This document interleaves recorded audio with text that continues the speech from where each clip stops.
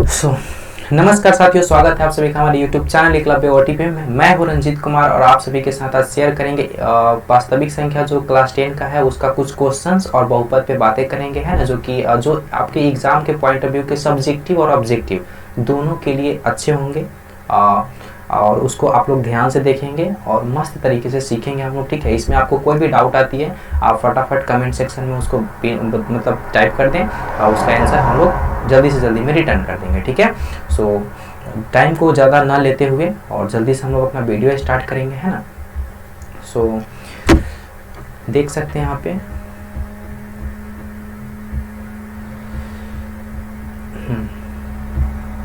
सो हम लोग अगले क्लास में जो किए थे कुछ यूक्लिड विभाजन प्रमेयिका पे उसको देखेंगे हम लोग अच्छा से थोड़ा सा एक बार और इसमें है ना कि रियल नंबर्स जो हम लोग बात किए थे यूक्लिड विभाजन प्रमेयिका, इसका हम लोग कल उपयोग नहीं कर पाए थे पिछले लेक्चर्स में, तो इस लेक्चर में हम लोग उसको कंप्लीट करेंगे। फर्स्ट ऑफ ऑल तो देखिए आपके लिए कुछ क्वेश्चंस लाए थे हम। ये रहा क्वेश्चंस, देखिए यहाँ से ध्यान से सभी लोग। सो ये रहा, देखिए यूक्लिड विभाजन प्रमेयिका से निम्नलिखित का मौसा ज्ञात करना है। मौसा बोले तो एचसीएफ, है ना। क्या ज्ञात करना है? एचसीएफ। ध्यान से देखेंगे हम लोग आज इससे एचसीएफ ज्ञात करेंगे। इससे थोड़ा बहुत क्वेश्चंस पूछ लिया जाता है ना। तो देखेंगे इसको कैसे, मतलब क्या करना है इसमें। क्या हो रहा है भाई, लैगिंग हो रही है।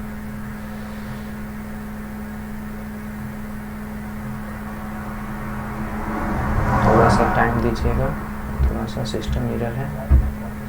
हाँ देखते हैं इसको। देखिए यहाँ से ये मौसम हम निकालेंगे एचसीएफ को। देखिए कैसे निकालते, देखिए यूक्लिड विभाजन प्रमेयिका था क्या, इसको समझते हैं हम लोग, है ना। एक number point A is equal to B Q plus R, यही था। देखिए अगर एक नंबर क्वेश्चन की हम लोग बात करें तो एक नंबर क्वेश्चन का क्या कर रहा है, 36 है और 50 है ना। देखिए इसमें हम लोग कैसे बनाएंगे, इसका एचसीएफ निकालना है। कैसे निकालेंगे? मौसम निकालना है, लेकिन किस तरीके से? यूक्लिड विभाजन प्रमेयिका के सहायता से। तो इसमें ना देखना है कि इसमें बड़ी संख्या कौन है। 36 में और 50 में कौन बड़ी है? तो 50 बड़ी है। तो जो बड़ी संख्या होगा ना उसको हम लोग बी मानेंगे और जो छोटी वाली संख्या है उसको हम लोग क्या, सॉरी थोड़ा सा मिस्टेक हो गया, इरेज कर देते हैं। देखिए बड़ी वाली संख्या को हम लोग क्या मानेंगे? ए मानेंगे और छोटी वाली संख्या को हम लोग बी मानेंगे, ठीक है। और इसको इस पे सेट करेंगे। देखिए तो यहाँ पे तो दिख ही रहा है ए बराबर बी क्यू प्लस आर है ना। तो यहाँ पे अगर हम सेट करें तो ए के जगह पे हम लोग लिख सकते हैं 50।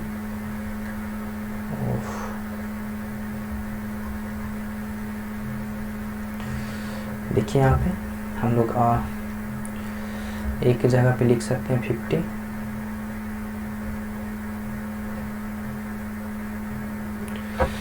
एक जगह पे लिख सकते हैं हम लोग 50 है।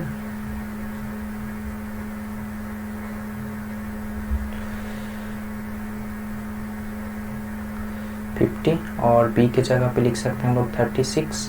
देखिए अब यहाँ पे बी के जगह हम 36 लिख दिए और क्यू है तो मल्टीप्लाई, ठीक है। अब सोचना है कि क्यू कैसे निकालें। देखिए तो 36 से ना आप लोग डिवाइड करेंगे 50 को। सो 1 एंड 36 और यहाँ से अगर हम सब्सट्रैक्ट करें, माइनस करें तो 4 एंड इधर हो जाएगा 114। सो यहाँ से अगर हम 1 टाइम्स अगर लगाते हैं तो 1 और फिर प्लस है तो प्लस, और आर की वैल्यू जो होगी वो कितना हो जाएगी? 14 हो जाएगी, है ना। अब इसको कुछ नहीं करना, सिर्फ यहाँ से उठा करके नीचे लाना है और यहाँ पे 36 आ जाएगी। और ये जो आपका शेष इधर बच रहा था 14, इसको उठा करके यहाँ पे ले आनी है ना। तो 14 हो जाएगा। फिर से वही काम करना है, 14 को उठाइए और 36 में डिवीज़न कर दीजिए। 1 टाइम्स 2 टाइम्स तो आ जाएगा। सो 2 टाइम्स यूज कर लेते हैं हम लोग, 28 8। सो यहाँ पे लिखेंगे 14 इंटू 2 प्लस 8। सो मेरे प्यारे बच्चों यहाँ से आ जाएगा 14 इज इक्वल टू ये आ जाएगा 8। फिर यहाँ से मल्टीप्लाई कीजिए, है ना। 8 टू मतलब ये जो 16 हो जाएगा, लेकिन लगाएंगे हम लोग 1 टाइम्स, यहाँ से बचेगा 6। देखते हैं न्यू स्लाइड में, है ना। इसमें तो जगह ही नहीं है। चलिए आते हैं न्यू स्लाइड। चलिए देखिए कहाँ तक थे इसमें, 14 is equal to 8 into 1 plus 6 लिख देते हैं इसको। देखिए यहाँ से 14 is equal to 8 into 1 plus 6। So फिर से यहाँ से क्या होगा, 8 इज यहाँ पे और ये 6 जो था ये यहाँ पे आ जाएगी और ये 1 टाइम्स लगेगा और यहाँ पे 2, ठीक है। फिर यहाँ से 6 यहाँ पे आ जाएगी, फिर ये 2 यहाँ पे आ जाएगा, 2 3 जा 6 हो जाएगा, शेष 0। देखिए जब तक शेष आएगा नहीं ना तब तक हम लोग काम करते रहेंगे इसी तरीके से। और ये जो आपको दिख रहा होगा b के जगह पर ये कितना है, 2 है, यही हमारा फाइनली HCF हो जाएगा इस क्वेश्चन का। क्लियर है क्या, मतलब ये है ना कि जब तक 0 आएगा नहीं तब तक छोड़ेंगे नहीं, है ना। तो आप लोग भी इसी तरीके से कि जब तक सीखेंगे नहीं तब तक छोड़ेंगे नहीं वाली माइंडसेट करके और आप लोग भी इसको बनाएंगे, ठीक है क्या। तो बाकी जो बचे हुए क्वेश्चन है आप लोग ट्राई करेंगे खुद से इसको और कंप्लीट कर लेंगे, इससे आपको जो क्वेश्चन आएगा आसानी से बन सकता है। क्लियर है क्या। हम लोग आज फिर नए टॉपिक की ओर बढ़ेंगे और वास्तविक संख्या के लिए इतना मोर देन सफिशिएंट है। तो कि पिछले लेक्चर अगर कोई बच्चे नहीं देखे हैं तो प्लीज़ जाकर के आप पिछला लेक्चर देखिए, उसमें आपको बताया गया है सिद्ध करने वाला क्वेश्चन जो था वो, और शांता शांता आवर्ती वाला बताया गया, दशमलव प्रसार किस प्रकार का होना चाहिए बातें की गई हैं। तो प्लीज़ आप लोग इस चीज़ को देखिएगा जाके, ठीक है। और वैसे हमारी टीम जो है आपको डिस्क्रिप्शन में लिंक डाल देगी और इससे आप लोग उसमें क्लिक करके भी देख सकते हैं, ठीक है। तो आगे हम लोग बढ़ते हैं। तो इसमें हम लोग देखेंगे थोड़ा सा, इसमें तो था भी कुछ क्वेश्चंस है ना। देखिए ये भी क्वेश्चंस आप लोग ट्राई करेंगे। 867 और 255 का बोला है यूक्लिड विभाजन लेमा से, या प्रमेयिका भी इसको बोलते हैं ना। तो इसको हम लोग अच्छे से बनाएंगे, ठीक है। देखिए तो इसमें जो सबसे बड़ा वाला जो पार्ट है क्या चेक करते हैं, देखिए आपको हम समझा दें इस तरीके से, ध्यान से देखिएगा।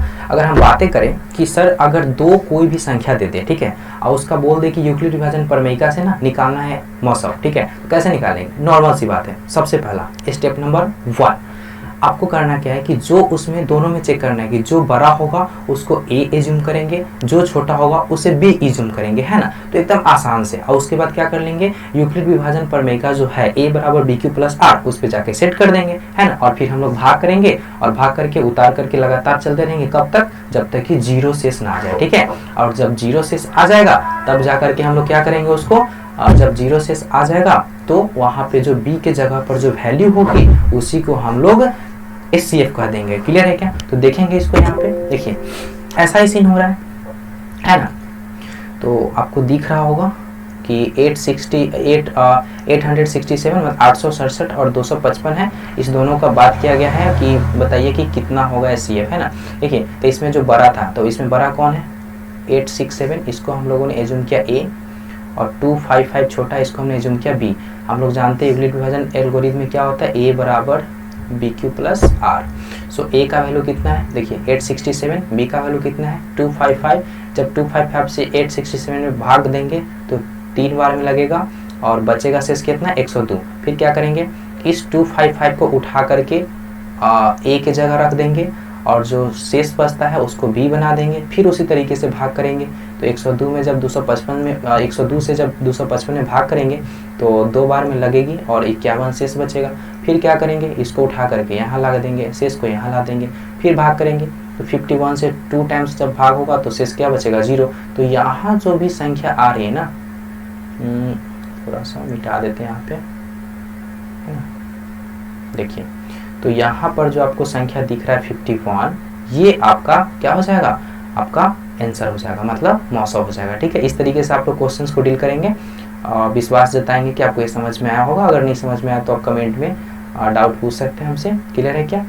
और फिर आगे बढ़ाते हैं हम क्लास को, है ना। चलिए बहुत सारा इसमें क्वेश्चंस है जो आप लोग अच्छे से करेंगे। देखिए यहाँ पे आगे बढ़ाते हैं आपको।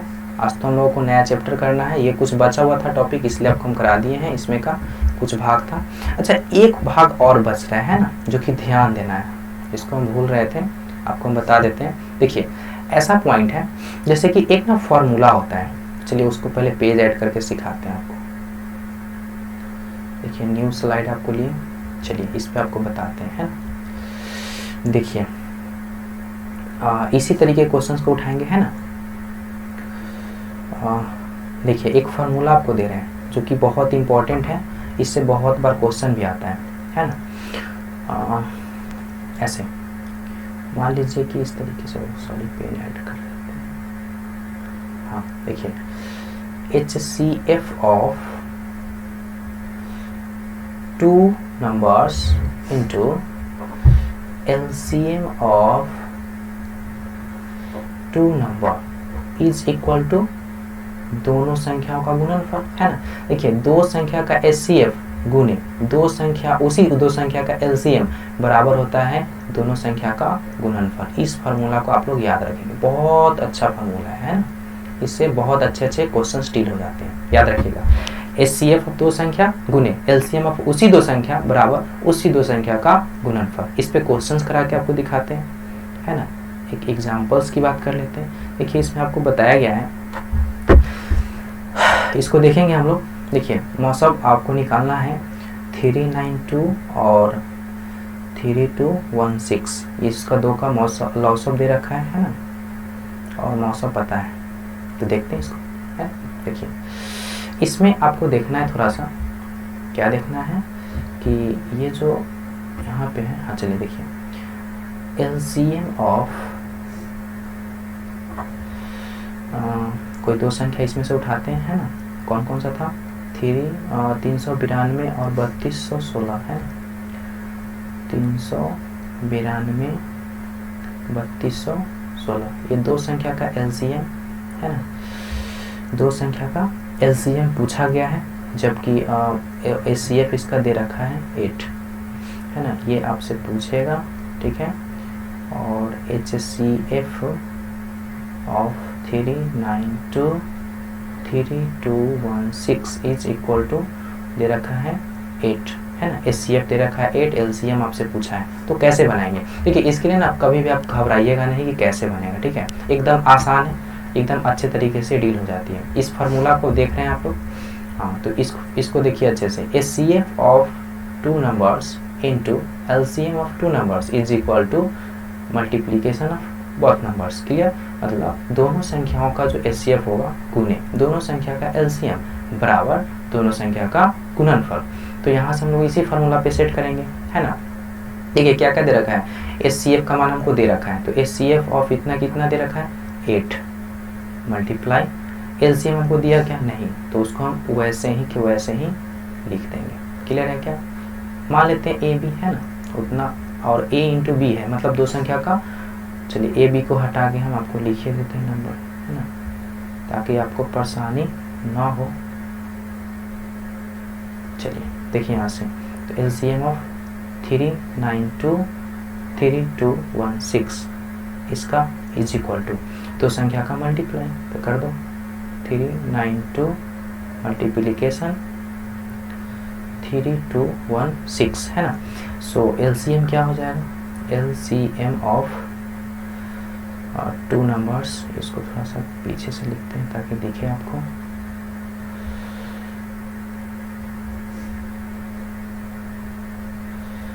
LCM of 392 3216 is equal to कितना था इधर, 392 इंटू 3216 डिवाइडेड बाई, ये 8 मल्टीप्लाई में था तो इधर बराबर किस पर आएगा, तो डिवीजन में आ जाएगा।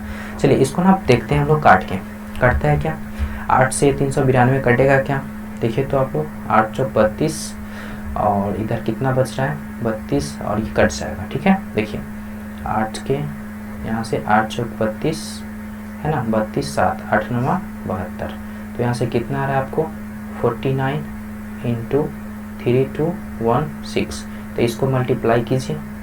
मल्टीप्लाई करने के बाद जो आएगा वही इसका क्या हो जाएगा, LCM हो जाएगा। आपको हम करके भी दिखा देते हैं मल्टीप्लाई। क्लियर है क्या। सो यहाँ पे देखेंगे 3216 एंड 49, देखिएगा 9 छक 54, 5 9 5 14, 1 9 2 18 19, 1 9 3 27 1 28, यहाँ से 6 चक 24, 2 4 5 4 2 6, यहाँ से 4 2 8, यहाँ से 4 3 12, इसको ऐड कर दीजिए।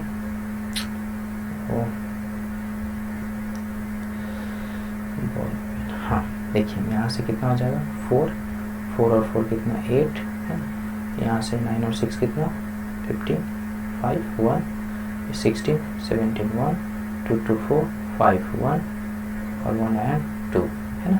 ये आपको यहाँ से दिख रहा होगा है ना। 2 5 7 कितना है 2 5 7 और कितना है 5 8 4, ये क्या निकल के आया LCM निकल गया। ठीक है, तो ये फार्मूला अगर आप ध्यान रखेंगे तो यहाँ से काम आराम से बन जाती है। ठीक है क्या, तो इस तरीके का जो भी क्वेश्चन आएगा आप इसको क्या कर लोगे आराम से डन कर दीजिएगा। क्लियर है क्या, तो आपको जब भी क्वेश्चन आए आप यही फंडा अपनाएंगे।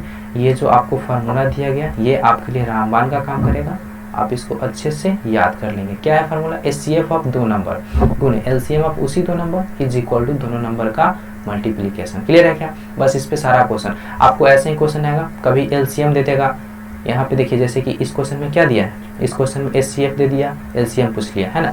कभी कभी ऐसा होगा कि LCM दे देगा HCF पूछ लेगा, तो सेम यही काम करना है। तो वहाँ पे क्या करेंगे LCM की जगह रख दीजिए मान को, HCF को ऐसे ही रहने दीजिए। इसको उधर मतलब मल्टीप्लाई में था तो इधर जाएगा तो भाग में आ जाएगा है ना।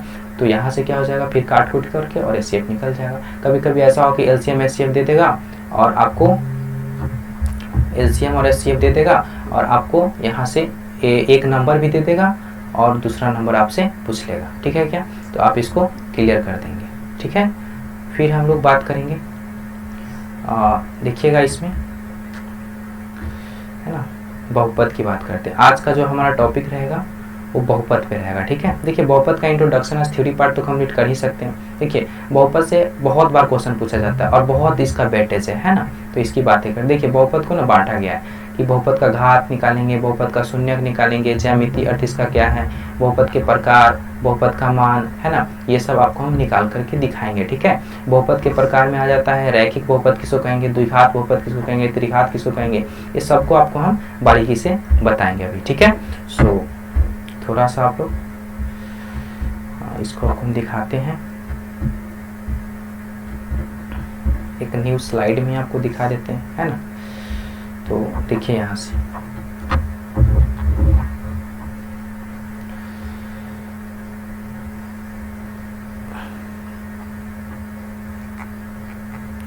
देखिए यहाँ से ये जो बातें आपको दिख रही हैं इसको आपको हम दिखाते हैं। पहले देखिए बहुपद की कुछ बातें हैं और देखिए अगर नॉर्मल से हम बात करें कि बहुपद का सर घात कैसे निकालते हैं है ना, तो आपको हम इसी स्लाइड से दिखा देते हैं। देखिए बहुपद की घात कैसे निकालते हैं, देखिए नॉर्मल सा बात है। पहले तो जानेंगे कि बहुपद है क्या है ना।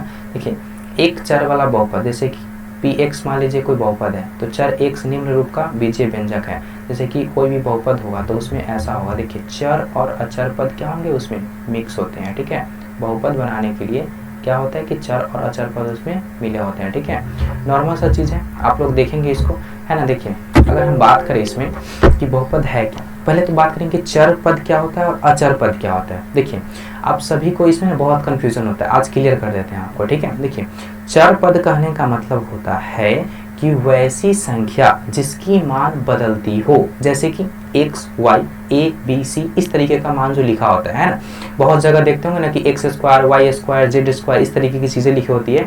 तो यहाँ पे पॉसिबिलिटी है कि x की जगह कुछ भी हो सकता है, y की जगह कुछ भी हो सकता है, z की जगह कुछ भी हो सकता है। तो जिसकी मान बदल सकता हो उसको चर कहेंगे और अचर किसको कहेंगे, जिसकी मान नहीं बदलता हो। जैसे कि एक लिखा हुआ है तो एक को तो एक ही जैसा व्यवहार करेगा ना, ऐसा थोड़ी कि एक का भी दूसरे जैसा व्यवहार कर जाएगा, ऐसा तो बिल्कुल नहीं है। ऐसा अगर होता तो हम लोगों का भी 1000 आज सब्सक्राइबर है, पता चलता है कि 1 मिलियन हो गया है ना। तो ऐसा तो बिल्कुल नहीं होता, लेकिन आप लोग करके दिखाएंगे। ठीक है, देखिए यहाँ से तो पॉइंट ये है कि अगर हम बात करते हैं कि सर ये जो अचर पद है उसका क्या मतलब, जिसकी की मान न बदले। तो जिसका मान ही ना बदले ना उसको हम अचर बोलते हैं। जैसे 5 लिखा हुआ है तो 5 5 ही रहेगा, 10 लिखा हुआ है तो 10 10 ही रहेगा है ना। तो इस चीज़ को ध्यान में रखेंगे, मतलब जो गिनती की संख्या होती है ना उसको हम लोग अचर कहेंगे जिसकी मान नहीं बदलेगी, और चर किसको कहेंगे जिसकी मान बदल जाती है। अचर और अचर जब एक दूसरे के साथ मिलते हैं तो बहुपद बन जाते हैं ना, प्लस माइनस के साथ जुड़ जाते हैं तो बहुपद बन जाते हैं। क्लियर है क्या, तो देखेंगे हम लोग स्लाइड में। देखिए यहाँ से ऐसा है कि इसमें आपको दिख रहा होगा देखिए हाँ, ये px जो क्या था, एक बहुपद था। देखिए a0, a1, a2, a3 ये सब क्या है, ये सब वास्तविक संख्या है, मतलब एक चर पद है ना। n एक अऋणात्मक, मतलब अऋणात्मक करने का मतलब जो ऋणात्मक नहीं है, मतलब माइनस वाला नहीं है, ठीक है। तो एक बहुपद दिया हुआ है इस तरीके से, है ना। देखिए यहाँ पे ये आपको दिख रहा होगा 5x प्लस का 7 का घात 1 है। कैसे, देखिए अगर इधर लिखा हुआ इस तरीके से 5x प्लस का 7, देखिए इसमें चर और अचर खोजना है आपको। तो x वाला बोले है ना, क्या होता है, चर होता है। और ये जो अंक दिख रहा है आपको 5 है, 7 है, ये सब अंक क्या है, ये सब अंक है आपके चर पद। कौन से पद है, चर पद, है ना। ये सब कौन से हैं, चर पद है। क्लियर। तो आप लोग यहाँ से चर और अचर देख रहे होंगे। और घात कैसे चेक करते, देखिए चर पद में देखेंगे, यहाँ पे देखिए इस वाला जो बहुपद दिख रहा है इसमें देखेंगे कि चर पद में कितनी घात है। तो यहाँ कुछ नहीं, इसका मतलब कितना है, 1 है। तो एक घात वाले बहुपद को हम लोग क्या कहते हैं, रैखिक कहते हैं, ठीक है। और इसकी घात कितनी है, 1 है। क्लियर है क्या, देखिए घात इसका 1 है, इसीलिए इसको क्या कहते हैं, रैखिक बहुपद कहते हैं। बात समझ में आया क्या, जिसकी घात 1 होती है वो ऐसा बहुपद जिसकी घात 1 होती है उसको रैखिक बहुपद कहते हैं, ठीक है। चलिए जैसे में 2x माइनस 3, इसका भी घात 1 है ना, कुछ नहीं है मतलब घात 1 है। √3 है और इधर x है, तो यहाँ पे क्या है, x पर पावर 1। अच्छा सर, कहीं पे अगर ऐसा लिखा हुआ रहे कि √3 इसी के अंदर में x है, अब प्लस का 5, सर ये कौन सा बहुपद है, पता है ये बहुपद ही नहीं है। क्यों बहुपद नहीं है, क्योंकि x में क्या है, रूट है। अगर x में कभी रूट रहे तो बहुपद नहीं होता। x के पावर में अगर माइनस पावर रहे तो ये भी कभी बहुपद नहीं होता। क्लियर है क्या, अगर x कभी 1 के नीचे रहे तो बिल्कुल भी बहुपद नहीं होता। तो ये आप ध्यान रखेंगे, ठीक है। चलिए आते हैं अब यहाँ पे देखिए, और एक घात वाले बहुपद को स्टैंडर्ड रूप क्या होता है, ax प्लस b, याद रखेंगे।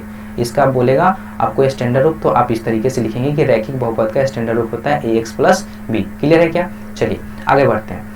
घात 2 के बहुपद को बोलते हैं द्विघात बहुपद। ये तो सबको पता होना चाहिए, है ना। नॉर्मल सा बात है कि 2 घात वाले बहुपद को द्विघात कहेंगे। देखिए y² माइनस 2, यहाँ पे घात कितना है, y का पावर में 2 है, इसलिए इसको क्या कहेंगे, द्विघात कहेंगे, ठीक है। चलिए आगे बढ़ते हैं। 3 घात वाले बहुपद को त्रिघात कहेंगे। देखिए यहाँ पे घात कितना है, 3 है, इसलिए इसको त्रिघात कर देंगे। ये सब छोटी छोटी पॉइंट है जिसको हम लोग डिस्कस कर लेंगे जल्दी में, ठीक है। और जो इम्पोर्टेंट है उसको हम लोग लाएंगे इसमें। देखिए यदि px x चर में एक बहुपद हो तो x की जगह कोई अचर a रखने पर, ये देखिए मतलब ये है कि आपको ना इस तरीके से दे देगा, क्या दे देगा, कोई बहुपद दे दिया px, क्या है बहुपद, x² प्लस 4x माइनस का 25, है ना। तो x बराबर 3 पर इसका वैल्यू कितना होगा, तो जहां जहां आपको x दिख रहा है ना वहां वहां आप 3 रख दीजिए, है ना। तो यहाँ पे x² था, x के जगह पे 3 रख दिए, है ना। तो क्या बन गया, 3 का स्क्वायर, प्लस है तो प्लस लग दीजिए, ठीक है। 4 है तो यहाँ भी 4 रहना चाहिए, यहाँ पे x है तो x के जगह 3 रख दिए, -25 तो इस तरीके से इसको सॉल्व कर लेंगे और यहाँ से आंसर कितना, -4 आ जाएगा। क्लियर है क्या, देखिए ध्यान से, अगर कोई भी बहुपद, इस बात को सुनिएगा अच्छे से, ठीक है। अगर कोई भी बहुपद है ना, कोई भी बहुपद का अगर कोई एगो मान आया, अब मान अगर उस बहुपद में रखने के बाद उसका 0 आ रहा है, ध्यान से सुनिएगा, अगर कोई बहुपद है उस बहुपद में अगर किसी मान को रखने पर अगर वो बहुपद क्या बन जा रहा है, 0 हो जा रहा है, उसका मान कितना आ रहा है, 0 आ जा रहा है, इसका मतलब कि जो हम रखे थे उस बहुपद में ला करके मान को, वो मान उस बहुपद का शून्य कहलाएगा। क्या कहलाएगा, शून्य कहलाएगा। इसी को उल्टा सोचे तो उल्टा कैसे सोच सकते हैं, ध्यान सुनिए कि अगर किसी भी, मतलब ऐसा अगर कोई बोल रहा है कि ये ऐसा समझिएगा कि किसी भी बहुपद में किसी भी संख्या के रखने से अगर 0 मतलब हो जा रहा है उसका मान, इसका मतलब वो संख्या क्या है, शून्यक है, वो संख्या क्या है, शून्यक है, ठीक है। इसी को उल्टा कर सोचते हैं, उल्टा कैसे सोचेंगे, उल्टा ऐसे सोचेंगे कि अगर कोई बहुपद में, ध्यान समझिए, बहुपद में अगर मान रख करके, मान रखा हुआ है, ठीक है, और 0 आ रहा है तो हो गया उसका शून्य। क्लियर। उल्टा में क्या हो जाएगा कि शून्यक को कैसे हम डिफाइंड करते हैं, ध्यान समझिएगा। शून्यक बहुत इंपॉर्टेंट पॉइंट है क्योंकि इससे ना क्वेश्चंस आते हैं, ठीक है। शून्यक का मतलब ही हुआ कि वो किसी बहुपद में जाकर के उस बहुपद को 0 कर दे, किसी बहुपद में जाकर के और उस बहुपद को क्या कर दे, 0 कर दे, ठीक है। तो उसको हम शून्यक कहेंगे। क्लियर। तो इसी को आप स्लाइड में देखेंगे हम लोग। देखिए यहाँ पे जैसे कि एक क्वेश्चन दिया था, आपको समझ में यहाँ पे स्लाइड पे दिख रहा होगा,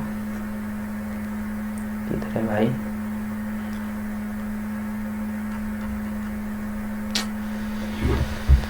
वो थोड़ा सा ऐसा है ना कि इधर उधर भाग जाता है।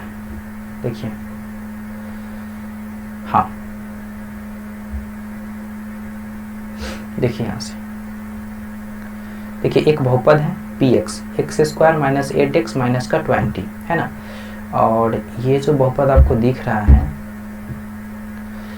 ये x इज इक्वल टू -2 है। ठीक है, देखिए ऊपर कर देते हैं इसको, देखिए ध्यान से, ये जो बहुपद आपको दिख रहा है x इज इक्वल टू 3 पर इसका वैल्यू कितना बोल रहा था, ये तो -4 हो गया था, और यहाँ पे इसको देखें अगर हम लोग तो x इज इक्वल टू -2 पर इसका वैल्यू कितना हो रहा है, 0 हो रहा है। देखिए ये बहुपद था x square minus 8x minus 20 है ना, और इसका बोला x बराबर -2 पे इसका वैल्यू बताइए कितना हो रहा है। तो देखियो जब इस x के जगह -2 रख के इसको कैलकुलेट किए तो पता चला कि इसका वैल्यू कितना आ गया, 0। इसका मतलब क्या हो गया कि -2 जो है वो इस बहुपद का शून्यक कहलाएगा। देखिए -2 जो है इस बहुपद का शून्यक है। क्लियर है क्या? देखिए रैखिक बहुपद के लिए इसको याद कीजिएगा सभी लोग, रैखिक बहुपद को हम ax प्लस बी से लिखते हैं और इसका शून्य का फॉर्मूला होता है -b/a। ठीक है, b क्या है, अचर पद है, और x का गुणांक होता है a। ठीक है, इसको आप लोग ध्यान रखेंगे, ये आपके लिए इम्पोर्टेंट है। ठीक है, अगर कोई भी आपको दे दे रैखिक बहुपद, रैखिक बहुपद का शून्यक पूछ ले तो क्या लगाएंगे, -b/a लगाएंगे, वहां से आप उसको शून्यक निकाल करके बता देंगे। ठीक है, चलिए इसी तरीके से हम लोग बात करेंगे द्विघात बहुपद के लिए। देखिए द्विघात बहुपद का स्टैंडर्ड रूप क्या होता है, x square plus b x plus c होता है। ठीक है, अगर मान लीजिए, देखिए एक चीज जानते हैं, अगर कोई रैखिक है, क्या है, रैखिक बहुपद है, तो रैखिक बहुपद का घात कितना होता है, 1 होता है, तो इसीलिए इसका शून्यक भी कितना होगा, 1 होगा। इसका शून्य कितना होगा, 1 होगा। लेकिन द्विघात बहुपद को देखिए तो द्विघात बहुपद का घात कितना है, 2 है, इसीलिए इसका शून्य कितना होगा, 2 होगा। तो मान लिए कि एक शून्य अल्फा है, दूसरा शून्य क्या है, बीटा है। तो हम लोग जानते हैं कि शून्यकों का योग जो होता है ना -b/a होता है। इसका मतलब क्या, अल्फा प्लस बीटा बराबर -b/a होता है। इसको याद कर लीजिए, आपसे पूछेगा क्वेश्चन में दे देगा कि शून्यकों का योग ये है, शून्यकों का गुणनफल ये है, तो फला चीज निकाल करके बताइए। तो आप आराम से यहाँ से सोच सकते हैं और निकाल सकते हैं। ठीक है, चलिए तो अल्फा प्लस बीटा बराबर -b/a हो गया, याद रखेंगे इसको। आगे देखते हैं अगले स्लाइड की ओर। देखिए यहाँ से इस पे क्वेश्चंस भी दे दिया। देखिए द्विघात बहुपद है, पहले तो और कुछ है, त्रिघात की बात की है ना, इसको पहले समझ लेते हैं हम लोग अच्छे से। देखिए शून्यकों का गुणनफल अल्फा इंटू बीटा c/a होता है, इसको याद रखेंगे। ठीक है, त्रिघात बहुपद में वैसा देखिए द्विघात बहुपद निकालने का ना बहुत अच्छा एक ट्रिक होता है। देखिए ये फार्मूला होता है, सॉरी, इसको आप लोग ध्यान रखेंगे। देखिए तो ये है द्विघात बहुपद का मतलब बनाने का तरीका, ये बहुत इंपॉर्टेंट है। आपको बोल देगा कि कोई द्विघात बहुपद बना के बताइए जिसका शून्यकों का योग और गुणनफल तुमको दे दिया जाए। ठीक है, तो शून्यकों का योग और गुणनफल पता होगा तो हम लोग इस फार्मूला को लिखेंगे और इसके जगह पे जहाँ जहाँ शून्य का योग बोला वहाँ उसको वैल्यू रख देंगे, शून्य के गुणनफल की जगह उसका वैल्यू रख देंगे, और हम लोग प्राप्त कर लेंगे एगो, क्या प्राप्त कर लेंगे, द्विघात बहुपद। क्या प्राप्त कर लेंगे, द्विघात बहुपद। ठीक है, तो यहाँ तक आप लोग फंडा क्लियर रखेंगे। ठीक है, उसके बाद है त्रिघात बहुपद की बात। त्रिघात बहुपद हम वैसे बहुपद को कहते हैं जिसकी घात कितना हो, 3 हो। देखिए इसमें मैक्सिमम घात कितना है, 3 है, इसीलिए इसको क्या कहेंगे, त्रिघात कहेंगे। अब देखिए अभी बोले थे ना कि जिस बहुपद का घात जितना होता है उसका शून्य भी उतना ही होता है। क्लियर है क्या? तो यहाँ पे त्रिघात बहुपद का कितना घात है, 3, इसलिए इसका शून्य भी कितना होगा, 3। कौन कौन सा, अल्फा बीटा और गामा होगा। क्लियर है क्या? चलिए यहाँ पे भी बात करेंगे शून्यकों का योग, मतलब alpha plus beta plus gamma क्या होता है, -b/a होता है। ठीक है, अब दो करके शून्यकों के गुणनफल का योग जो होता है, मतलब alpha beta plus beta gamma plus gamma alpha है, वो किसके बराबर होता है, c/a के बराबर होता है। और तीनों का गुणनफल मतलब अल्फा बीटा और गामा कितना होता है, -d/a होता है। क्लियर है क्या? चलिए इसको क्वेश्चन से देखेंगे हम लोग। ठीक है, क्वेश्चन से ज़्यादा समझ में आएगा। देखिए क्वेश्चन कैसा आएगा, द्विघात बहुपद दे दिया, एक्स स्क्वायर प्लस का 7x प्लस 10 शून्य ज्ञात करना है और शून्यकों तथा गुणांकों के बीच संबंध की सत्यता जांच कीजिए। देखिए ये ना इस टाइप का क्वेश्चन आपसे पूछा ही जाएगा, इसलिए इसको आप लोग प्रैक्टिस रखेंगे बहुत अच्छे ढंग से। ठीक है, देखिए हल कैसे करेंगे हम लोग, ये आपको दे दिया क्या, बहुपद। ठीक है, इसको आप लोग करेंगे गुणनखंड। गुणनखंड करने सभी को आता है, बीच वाला जो होता है ना ये पुराना होता है, कैसे, इसको तोड़ करके। तो 10 को ना हम गुणनखंड करेंगे, तो 10 का जो गुणनखंड होगा वो 2 और 5 होगा, है ना। तो 2 और 5 को हम क्या करें, ऐसा हम क्या करें, जोड़ और घटा करके क्या करें जिससे कि हमको 7 पूर जाए। तो हम सर समझ में आ कि सर इसको जोड़ देंगे ना तो 7 हो जाएगा, ठीक है। तो देखिए एक्स स्क्वायर वैसे ही है, इस 7 को हम लिख सकते हैं 5x प्लस का 2x, है ना, तो 7 हो जाएगा, और 10 है तो 10 ही रहेगा, ठीक है। अब देखिए आपसे ये 2 को एक साथ सोचेंगे और इस लास्ट वाले 2 को एक साथ सोचेंगे, है ना। तो इन दोनों में क्या है, x बाहर निकल जाएगा, तो यहाँ पे x बच जाएगा, और यहाँ से x बाहर निकल गया था तो सिर्फ 5 बच जाएगा, ठीक है। और इस दोनों में देखेंगे ऐसा कौन है जो दोनों में है, तो 2 है जो दोनों में है, ठीक है। तो जब 2 बाहर निकलेगा तो सिर्फ x बचेगा, प्लस का 2 बाहर निकल जाएगा तो यहाँ पे 5 बच जाएगा, ठीक है। यहाँ पे देखिए तो x प्लस 5 यहाँ भी, x प्लस 5 यहाँ भी, है ना। तो दोनों में से एक को क्या हो जाएगा, x प्लस 5 बाहर हो जाएगा, बच जाएगा यहाँ से x और यहाँ से +2, तो यहाँ पर क्या हो जाएगा x प्लस 2 हो जाएगा, ठीक है। तो ये हो गया उसका गुणनखंड, क्लियर है क्या। अब देखिए इस गुणनखंड के मान को शून्य करते हैं, मतलब इस सभी को क्या करते हैं, शून्य के बराबर। तो जब x प्लस 2 को शून्य के बराबर करेंगे और यहाँ पर x प्लस 5 को भी शून्य के बराबर करेंगे, तो जब ऐसा करेंगे तो यहाँ पे +2 उधर जाएगा तो क्या बन जाएगा, x बराबर -2, यहाँ से +5 उधर जाएगा तो क्या बन जाएगा, x बराबर -5, ठीक है। तो इसीलिए इसका शून्य 2 हो जाएगा, एक -2 हो जाएगा और एक -5 हो जाएगा, ठीक है। चलिए आगे बढ़ते हैं। अब इसके शून्य के जो गुणांक और योग है इसकी सत्यता की जांच कर देते हैं, है ना। तो कुछ नहीं है, आसान है। शून्यकों का योग का फॉर्मूला क्या होता है, अल्फा प्लस बीटा बराबर -b बटा a। देखो जवानों, अल्फा प्लस बीटा बराबर -b बटा a होता है, ठीक है क्या। देखिए तो अल्फा का वैल्यू कितना था, यहाँ पे किसी को मान सकते हैं अल्फा, मान लीजिए इसको अल्फा,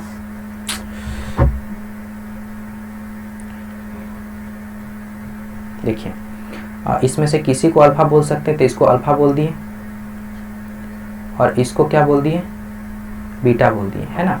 तो अल्फा और बीटा ये हो गया, तो अल्फा प्लस बीटा निकालेंगे, अल्फा की जगह -2 प्लस बीटा की जगह -5 इज इक्वल टू कितना होता है बुआ, यहाँ पे हो जाएगा -b बटा a। देखो यहाँ से इस बहुपद को b कितना हो जाएगा 7, तो b की जगह 7 लिख दिए, a कितना हो जाएगा 1, तो 1 लिख दिए, ठीक है। तो यहाँ पे इतना हो जाएगा, क्लियर है क्या।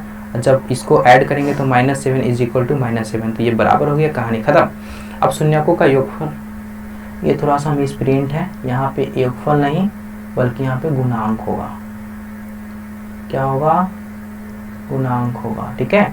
सो गुणांक के लिए क्या करेंगे, alpha into beta is equal to c बटा a होता है। c के वैल्यू कितना है, यहाँ पे देखिए बहुपद में c का वैल्यू कितना 10 है, तो यहाँ पे 10 हो जाएगा, ठीक है। तो alpha into beta is equal to 10, clear है क्या। तो अल्फा इंटू बीटा 5 इंटू 2 कितना हो जाएगा 10, तो 10 इज इक्वल टू 10, सो ये भी प्रूफ हो गया। तो ये क्वेश्चन आसान था, कंप्लीट हो गया, ठीक है। तो आप लोग इसको अच्छे से बनाएंगे, क्लियर है क्या। और देखिए इस पर ना एक और क्वेश्चन इस तरीके का आता है कि द्विघात बहुपद ज्ञात करना, जो कि हम पीछे बताएं आपको, ठीक है, कि द्विघात बहुपद ज्ञात कीजिए जिसके शून्य का योग अगुणनफल दिया हो। तो शून्य का योग कितना -3 और शून्य का गुणनफल कितना +2। देखिए ये फार्मूला है जो कि याद करना है, द्विघात बहुपद बराबर, देखिए तो ये आपको बहुत अच्छे से ध्यान रखना है। द्विघात बहुपद का होता है x² माइनस शून्यकों का योग इंटू x प्लस शून्यकों का गुणनफल। मजा आ जाता है इसको बनाने के बाद, है ना। देखिए x² की जगह x² ही रहेगा, माइनस है तो माइनस ही रहेगा, है ना। देखिए तो यहाँ पे एक आपको दिख रहा है शून्यकों का योग कितना है -3, यहाँ पे -3, x है तो x रख देंगे, प्लस तो प्लस, यहाँ पे देखिए शून्यकों का गुणनफल कितना है 2 है, तो यहाँ पे 2 रख देंगे, माइनस माइनस प्लस, यहाँ से देखिए तो आपको एक द्विघात बहुपद बन के तैयार होगी, ठीक है क्या। ये आपको क्लियर हो गया, बात समझ में आया क्या। तो द्विघात बहुपद इस तरीके से निकालते हैं। चलिए आपको कुछ क्वेश्चन दे देते हैं और इसको आप लोग करेंगे अच्छे से, है ना। चलिए आप लोग इसको देखेंगे पहले क्वेश्चन को अच्छे से। ये है आपका क्वेश्चन,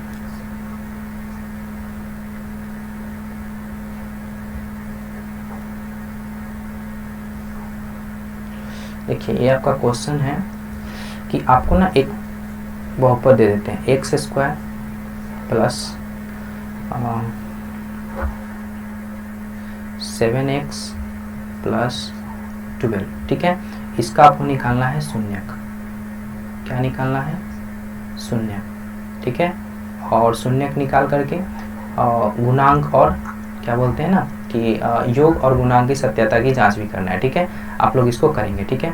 दूसरा क्वेश्चन है कि अगर मान लीजिए कि अल्फा का वैल्यू दे रखे हम 5 और बीटा का वैल्यू दे रखे हम 3, ठीक है, दो वैल्यू आपको दे दिए।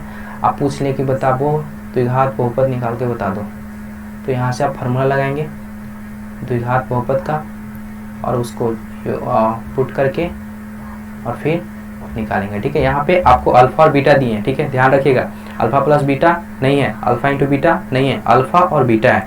तो आपको अल्फा प्लस बीटा निकालना होगा, अल्फा इंटू बीटा निकालना होगा, फिर जाके उस रखना होगा, तब जाकर के आप लोग बना पाएंगे। ठीक है, सो आज की क्लास को हम लोग यहीं पे एंड करेंगे।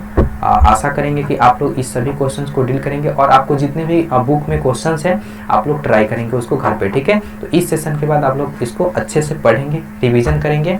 ठीक है, सो आप लोगों से हम आशा करते हैं कि आपको ये वीडियो समझ में आया होगा और अच्छा लगा होगा। तो आप लोग अपने प्यार को बरकरार रखिएगा। ठीक है, और इसको सब्सक्राइब कीजिए, लाइक कीजिए और ज़्यादा से ज़्यादा अपने दोस्तों के साथ शेयर कीजिए, ताकि आपके साथ साथ और आपके दोस्त भी अच्छे खासे पढ़ सके, समझ सके और अच्छा नंबर ला सके। ठीक है, सो धन्यवाद, बेस्ट ऑफ लक गाइस, मिलते हैं फिर हम लोग नेक्स्ट वीडियो में। सो